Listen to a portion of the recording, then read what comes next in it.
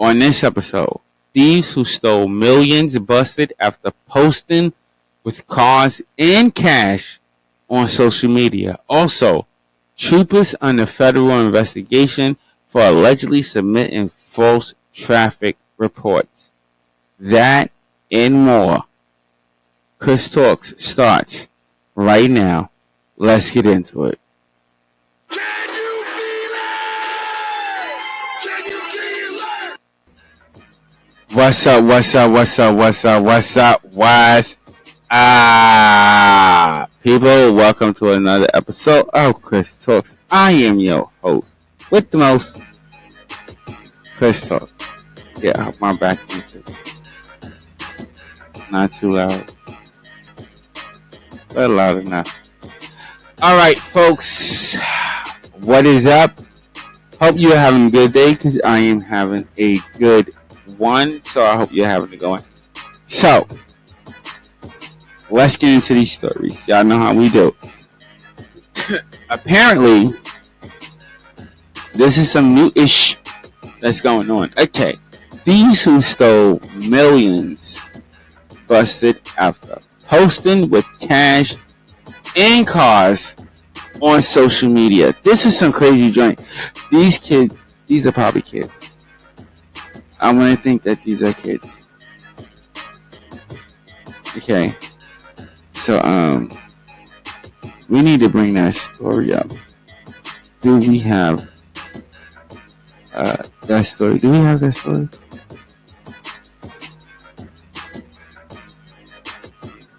Do we have that story? Because we need to bring that up. We need to start the next story first. We have it? Okay, cool.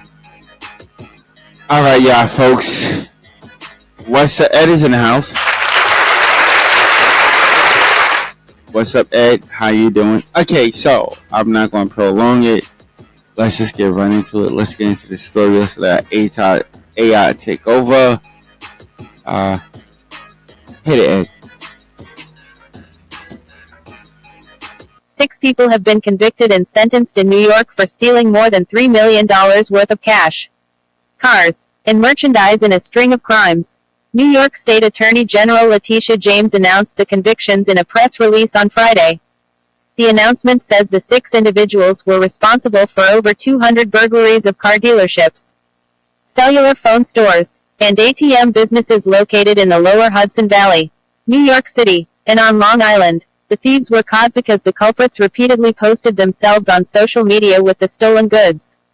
Many of the social media posts occurred just minutes after the crimes, allowing investigators to connect the stolen property seen in the posts to specific burglaries and defendants. The release said, the New York Attorney General's office shared a few examples of those social media posts, which do show individuals posing inside vehicles and holding a large amount of cash in hand. Fanned out, Willie Baines, Josepher Cartagena, Brandon Colazo Rivera, Justin Herrera, Douglas Noble, and Alexander Santiago are the 6 members of a crew who stole at least 54 vehicles along with cash and cell phones from businesses. The 6 men were convicted due to a 13-month investigation into the string of thefts. These burglars left a trail of broken glass, smashed businesses, and dangerous high-speed chases in their wake, James said in the release. I thank my partners in local law enforcement for their coordination and support as we took down this dangerous crew. Our communities are safer now that these 6 individuals have been brought to justice.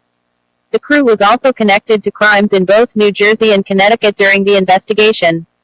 The investigation revealed the crew would often travel to neighborhoods with multiple car dealerships and cell phone stores and commit multiple burglaries at night.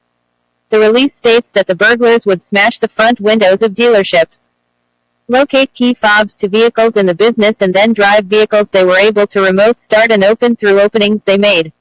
The burglars would also smash storefront doors of cell phone stores and ATM locations, breaking into windows and stealing as much cash and merchandise as possible. The press release adds, the crew also would often wait for police to respond to the burglary calls and then engage in high-speed chases. According to the New York Attorney General, this led to investigators dubbing their investigation Operation Redline because the speedometers of the vehicles would often redline during those high-speed chases. Reviews of surveillance. cell phone data, and license plate information led investigators to the suspects. A search of a couple of the suspects' homes uncovered multiple vehicle key fobs, large amounts of cash, and multiple cell phones. Cartagena, Collazo Rivera, Noble, and Santiago all pled guilty to second-degree grand larceny, while Herrera pled guilty to third-degree burglary. Baines pled guilty to third-degree attempted burglary. All 6 of the convicted individuals received prison sentences, according to the release, but the severity of those sentences was not detailed yet. The severity of those sentences were not detailed yet. But eventually they're gonna come out. All right, before I give my opinion on this story, let's pay the bills. All right, everybody, y'all know everything you wanna all those. Why are you looking at me like that? Hold on, wait a minute. Wait. What's going on?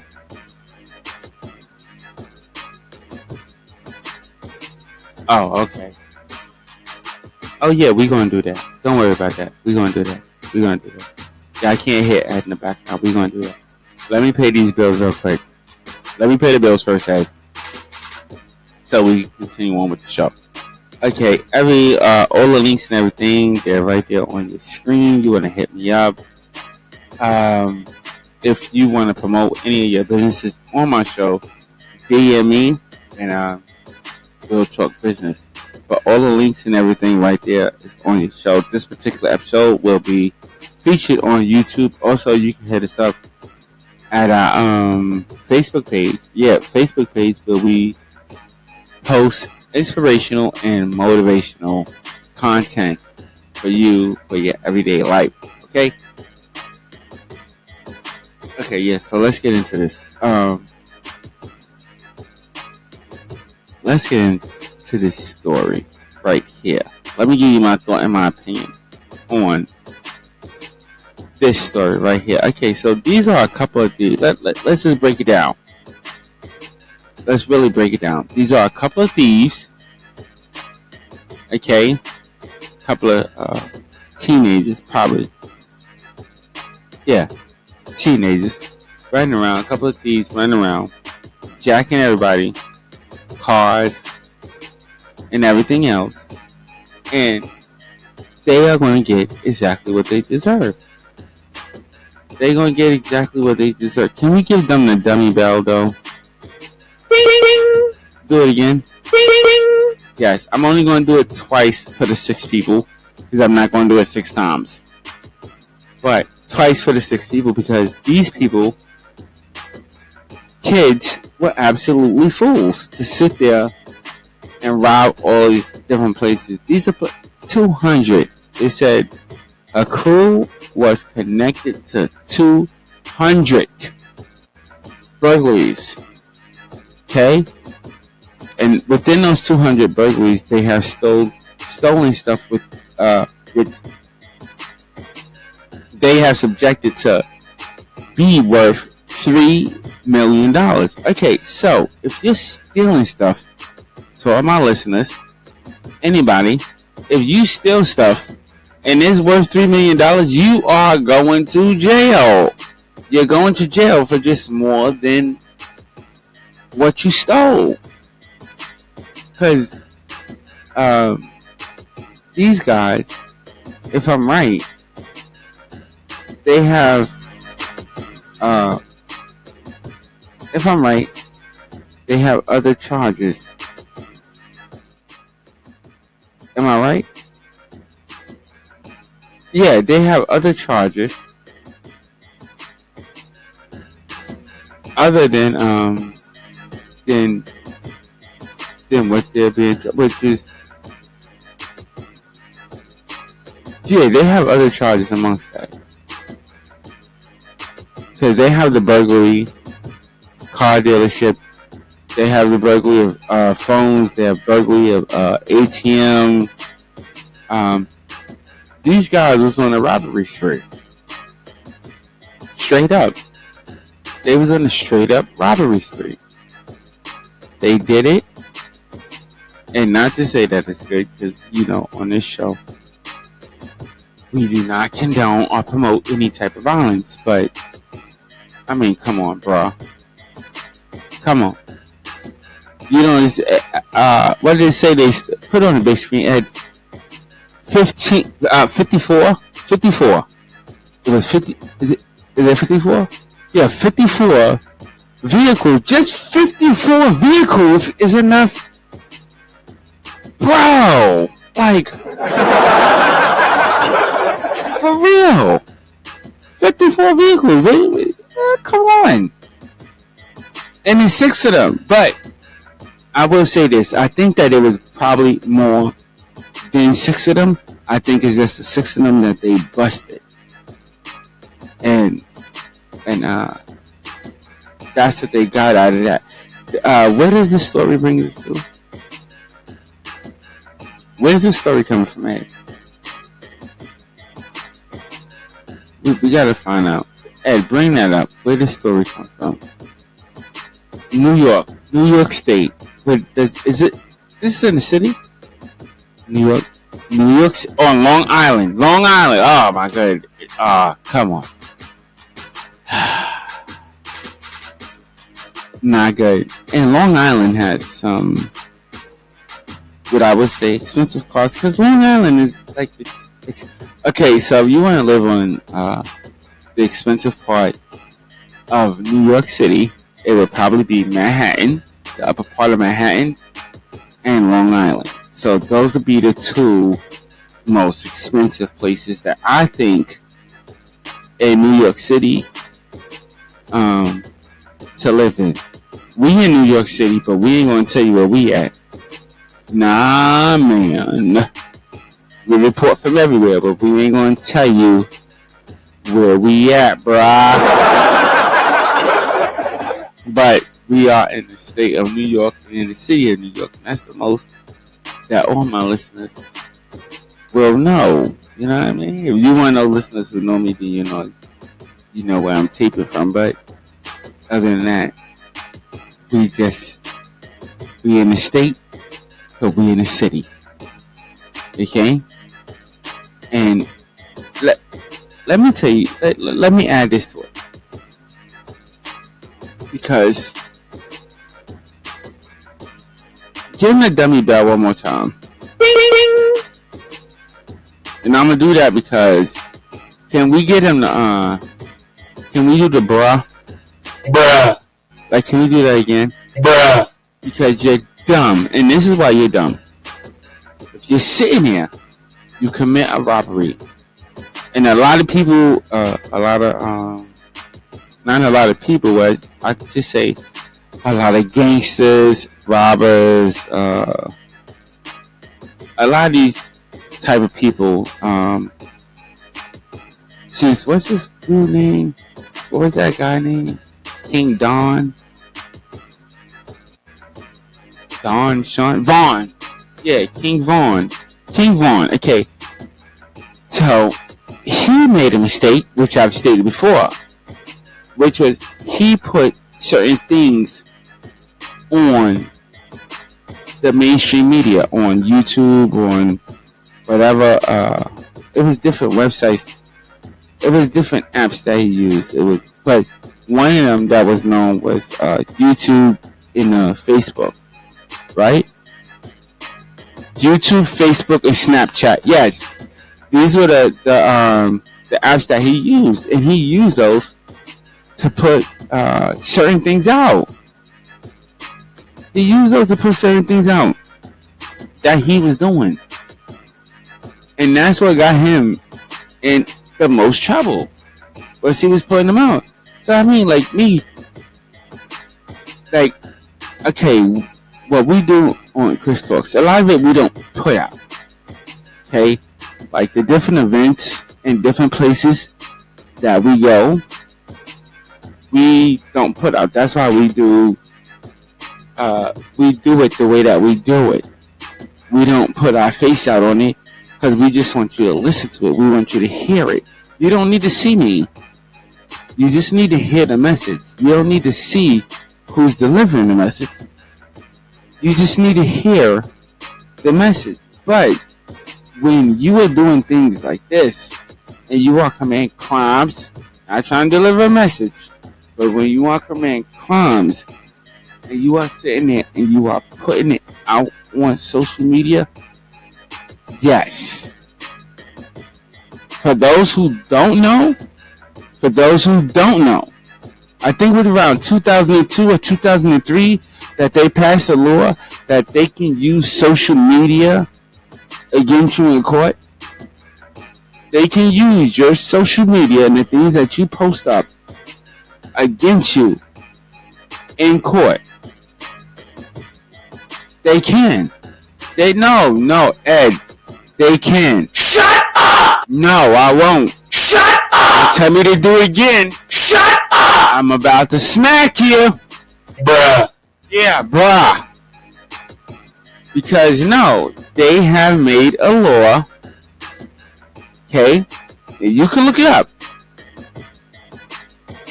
I think it's either a law or a policy. I think it's a law. Yes, it's a law. That they can use social media against you in court. So what you post on social media can be used against you in court. So all you ladies sitting there posting half-ass naked pictures and all, yeah, I said ass, half-ass naked pictures and all that stuff, go to a court trial. That will be used against you. All you gangsters sitting there or wannabe gangsters, you can do it, Ed. Bruh. Yes, wannabe gangsters posting up all of you, showing you flashing your money and you flashing what you did and you talking about what you did on social media. Yes, that can be used against you in the court of law. In some states. But if you are in the state of New York, yes. In the state of New York, that can be used against you. So you have to be very careful what you post on social media. But I've said this before, and I'll say it again. You have got to be very careful what you post on social media. Because once you post something there, okay, you could post something and in about 10 seconds or 15 seconds, you might not like what you post. So you want to delete it or change it. The machine has it. I'm just saying, the machine already has it. It's somebody who you don't know, or you probably do know, already shared it or downloaded it because they're close to you. You got to think about that. You got to think about the people who's behind you and want to help you. So when you post it, oh, they'll like it or they'll share it. It's on there forever. What you post on the internet is on there forever. Just like this message that I'm posting to you. Once Ed posts this on YouTube or whatever social media that we on, yeah, this is up there as long as this engine exists. This will be posted. This will be up there. So in 3 years or 4 years or 5 years, somebody can come back. If I'm still on air, we don't know if we're going to be here. But if I'm still on, God willing, I don't know. But if I'm still on air 2 years or 3 years from here, somebody could come back to this episode. You understand? And you know what they do. You know what they do. You know what the left, right, and don't do right do. Try to use it against you, what you said, or anything like that. You know? It happens. So, we have to be careful, is the point I'm trying to make. That's the point I'm trying to make. We have to be careful. Okay? What we post on social media. Because, okay, these guys was caught by the cops. because of what they're doing. So all my listeners, if you posting anything exotic or whatever, think about who else is seeing it. And these guys are caught by the cops. So don't none of the police officers have they Facebook or Instagram. Don't none of the police officers have they YouTube, Snapchat. But they were able to follow them. So be careful what you post and what you watch on, on these social medias. Some people they post fights. For what? They post fights, and fights end up with 1 million, 2 million likes. Violence. I mean, come on. That's just my view and my opinion on it. You know what I mean? So, people, let's get into this next story, which is troopers under federal investigation for allegedly submitting false traffic stop data. And what does this show? What does this story bring us to? Where does this take us? Let's see. Connecticut. Okay, so this story brings us to Connecticut. We are going to let our AI take it over.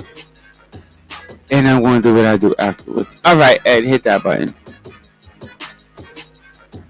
The U.S. Department of Justice has taken over an investigation into allegations that hundreds of Connecticut state troopers may have submitted false information on thousands of traffic infractions to a racial profiling board. Data that made it appear police were pulling over more white drivers than they were. The state's top prosecutor said. Chief State's Attorney Patrick Griffin told WTNH-TV on Thursday that the DOJ asked his office to suspend its investigation, which was ordered by Gov. Ned Lamont, because it is doing its own probe. I agreed with that decision, Griffin said in a taping for the station's weekend news show, This Week in Connecticut.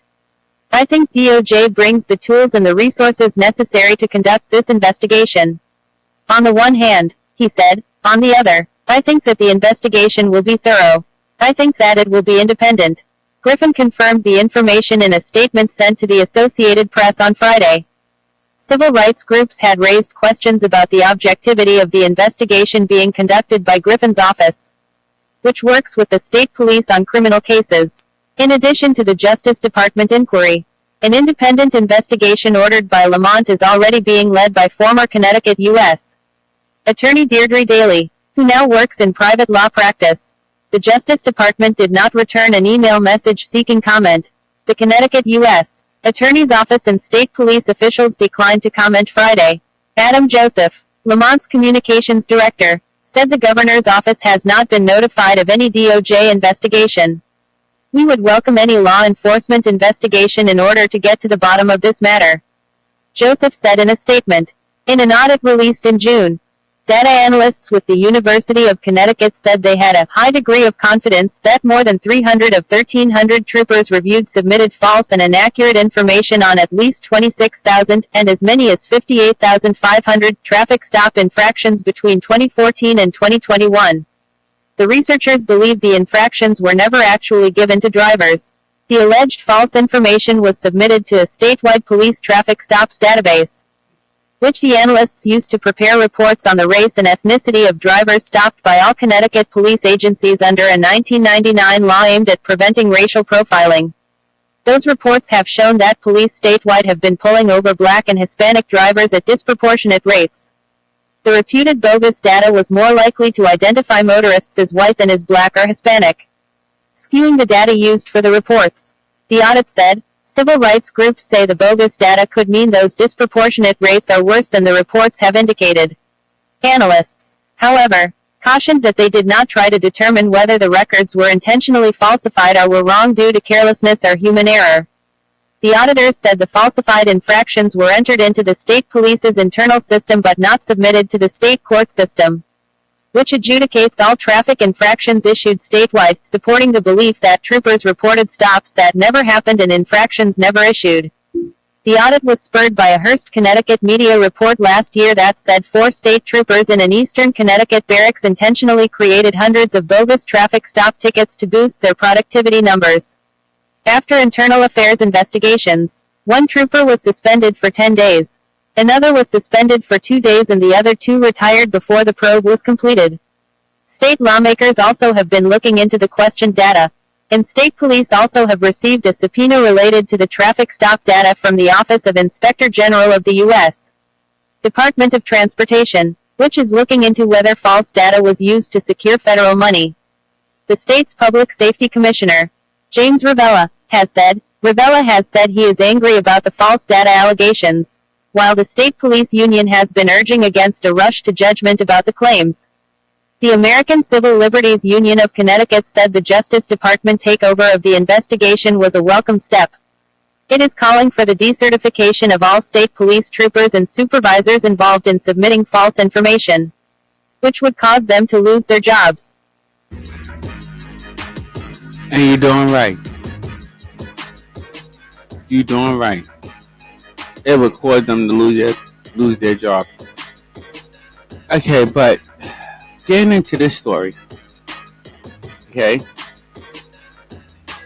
what I want you to understand is this. Excuse me, I'm eating. Connecticut State Trooper. It's not just the Connecticut State Troopers. Okay? This is something that's going on nationwide as far as state troopers and police officers, which I've stated, excuse the chopping, which I've stated plenty of times on my show.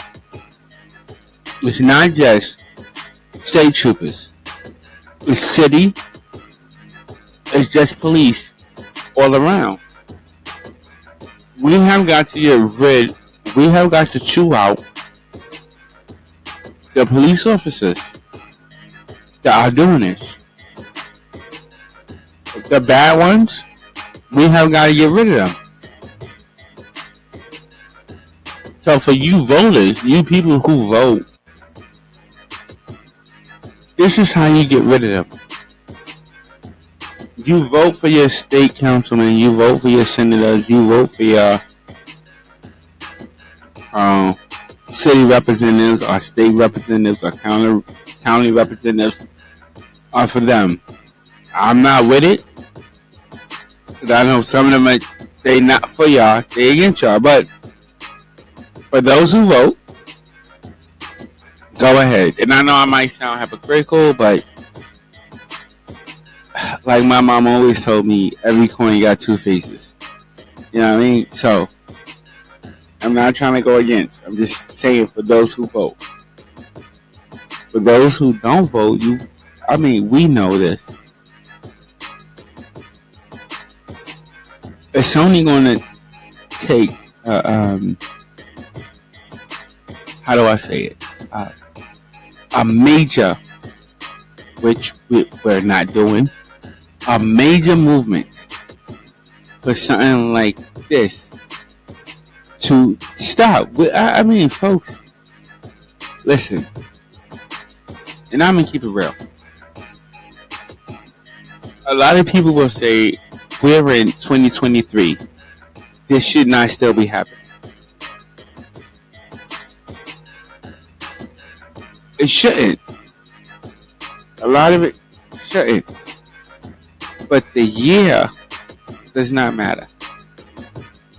We have got to stop this as people. We just got to stop this. The non-melanin people are raised to think that people with melanin are bad. So, whatever badge or whatever shield that they hold or whatever they hold, that's how they always gonna see us. So people, we gotta stop seeing each other as black and white. Because at the end of the day, none of us are black or white. I always tell my kids, if you see somebody real black or white, like full white, walking down the street, you need to stop and question that. Because nobody is black or white. It's just some of us have melanin, which give us a dark color. Some of us don't, which give us a light color. But for somebody to be treated like this happens it just happens just too often. And the fact that the Connecticut Police Department is using this, because that's what I'm going to be honest. They don't tell you, and we look through several reports as we always do. They don't tell you the percentage of black, of what my listeners considered black, let me say it the way I sell it, melanin or non-melanin people who were stopped. But I mean, you could just probably figure a large portion of that was melanin people. But these were all people who were falsely arrested, falsely given fines, and falsely had to pay money to the state because of these officers. And it took a federal investigation to bring this out. A federal investigation to bring this out. These officers, they would have been just getting away with this with no problem. Kept doing it because they kept doing it, and they would, as long as they were not getting caught, they were going to keep on doing it.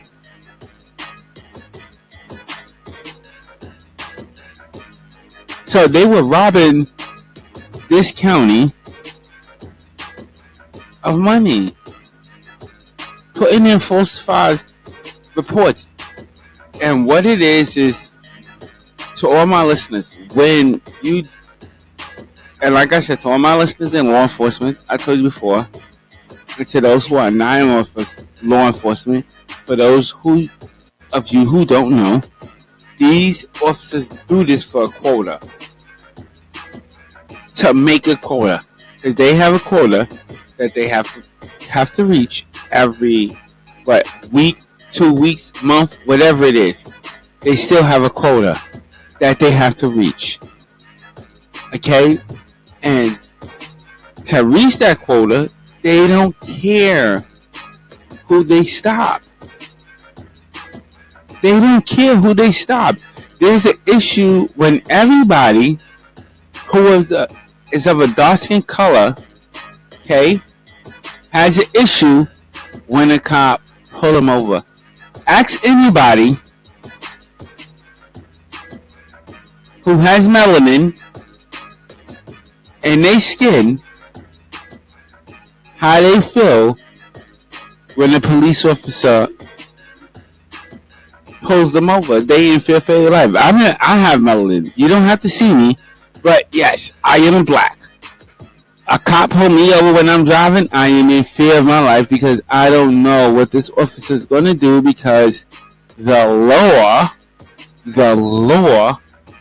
I wish you could see my hands now, quote unquote, the law is behind him. So it don't matter what I do to him, the law is still going to say that he was right. So us as melanin people, how is that fair? How is that fair to us? It's not. And how do we stop that? We stand up against it. You have to stand up against these type of things. That is part of the purpose why I do what I do. I don't care if I get 10,000 likes, 5,000 likes, 2,000 hits or 10,000 hits, if I get one hit and it has reached one person, that is good enough for me because that one person could spread it to 10, and that 10 person could spread it to 20, and that 20 person could spread it on and so forth. These are the things that they try to keep from people. And I'm not talking about just dark-skinned people. Okay? There's light-skinned people, they don't know what's going on. They have no idea. Even in this stage, or however you want to deliver it, even in this world, they have no idea what's going on. But these things, they happen all the time. And what we have to do, as I said before, is these troopers, these people who are sent and are paid to protect us, when they're not protecting us and they're doing what's against their rules, their regulations, and their policies, they need to be held accountable. No matter what melanin they have. We got to stop the melanin stuff and start looking at people as people. Because I know some people, they probably like, oh, Chris, you're going in. Yes, I'm going in because this type of stuff, I am tired. And I'm going to say, Ed, I'm tired of reporting this type of I'm tired of reporting this. I am tired of reporting stuff like this. I am tired of reporting my melanin brothers and sisters on my melanin. I'm not even going to call y'all melanin brothers and sisters. Just the people of darker color. How long has it? Y'all got 400. How many more How many more years you trying to get out of it? Because it seems that only these type of people. Can we pull up their picture? There's no picture of them, Ed. Is there a picture of them? There's no picture of them. Okay. Even on the other one, can we click on the other one? Is there a picture of them on there? Alright, there's no picture of them. But I'm just going to assume, I might be wrong. But I'm just going to assume these people were melanin people. They were darker skinned people. And this type of stuff, it seriously needs to stop. Where people are taking their authority to come on, man. Come on.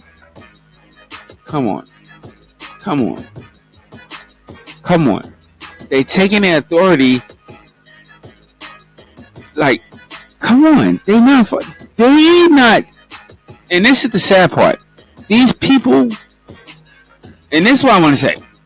These people who take these oaths, they take oaths, and they don't follow the oaths that they're taking. They go against the oaths that they're taking. So what good are you? What good are you when you're going against the very oath that you're taking? You're taking an oath to protect. I'm taking this oath to protect people, and instead I do something like this. And this is not something that went on for months. This was something that was going on for years, and then they finally caught onto it. So, give Connecticut the dummy bell again, one more time, because come on, this is come on, man. And these people who are in these positions of law and authority, this is what they do. Not everybody, But it's that portion of them that do this. And when they do this, it makes the people not want to trust them. And I'm not throwing on no hate. Please, I'm not throwing on no hate. Like always, I'm just giving you my view and my opinion. But this is not good. Not good at all. Thank you so much. Yeah, that's the way of telling me to stop.